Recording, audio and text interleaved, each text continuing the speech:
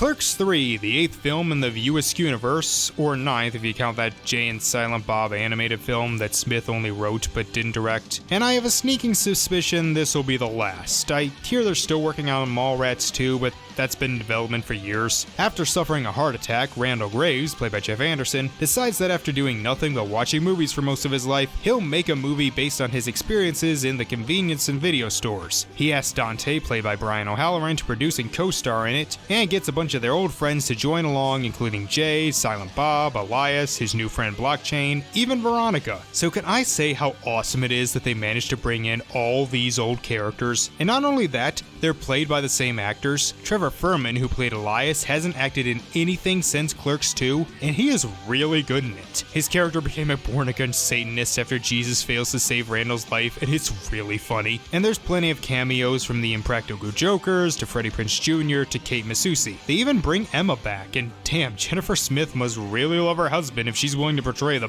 biggest asshole. I did laugh quite a bit in this, even more than Jay and Silent Bob reboot, although I will say it begins really bad. Not like the opening, that was fine. I mean, when Randall goes to the hospital. That scene not only went on for so long, but was full of stupid jokes, tonal whiplash, and made me afraid I was going to hate it. I was so scared because I have noticed Smith doing this line-orama more recently, and having a 3-minute scene about a nurse having to shave Randall's groin just made me groan. But thankfully, once that's over and they decide to make the movie, it got a lot better. It's funny seeing them all try and play themselves and overact. And like the other two, it does a good job being a nerd movie in this point in time. The first film was a nerd movie for the mid-90s, the second was a nerd movie for the mid-2000s, and this is certainly a nerd movie for the early 2020s. Of course, there's still Star Wars, because all of them somehow managed to have new Star Wars stuff to talk about. I'm gonna fill the script with all the weird shit me and Dante have ever said or seen around here over the years.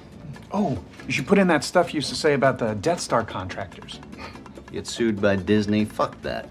Besides, I don't want this movie to be about other movies. I want it to be about me. It's my flick, so I want to write about the things that I do. But they also bring in crypto and TikTok, so it's a pretty funny movie once you get past that awful hospital scene. But it's also a really sad movie about aging and grief. Becky, played by Rosario Dawson, the woman Dante gets with in the second movie, died from a drunk driving accident. She does appear in the movie as a dream, and those scenes are great because they do a good job showing Dante going through grief, and I was actually pretty sad about that. I thought they were pretty cute in the second movie, and when they're together in this, they're also pretty cute. And similar to how the second film seemed like a quarter-life crisis film, this is a midlife crisis film. It talks about aging, looking back at life, and like how I've grown more of an appreciation for the second movie as I've entered my late 20s, I could see myself having more appreciation for this when I'm in my late 40s. And this movie gets dramatic as hell near the end. There's still jokes, but a lot of it is played very somber, and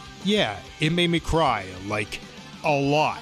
It is hindered a little bit by the fact that Dante and Randall seem to be learning the same lesson they did in the other two, but the music, the acting, it is surprisingly sad, but it still has a very nice ending, one that does fill you with a bit of optimism and joy even when something bad happens. So yeah, I give Clerks 3 a 9 out of 10. It does start a little bad, and maybe some will find it a bit too depressing at points, but I really loved it. It was just a very nice film, and while there still could be more in the View Askew universe, this would be a good one to end on. Oh, and stay through the credits. There's something really nice near the end of them. So that's it for Kevin Smith. Again, he did have that Kilroy Was Here movie, but that was sold as an NFT, which I don't know how that works, but I'm not sure what he has planned next. And tomorrow we'll head for the one new J.J. Abrams film he did after my Abrams-a-thon, with the final film in the Star Wars sequel trilogy, The Rise of Skywalker.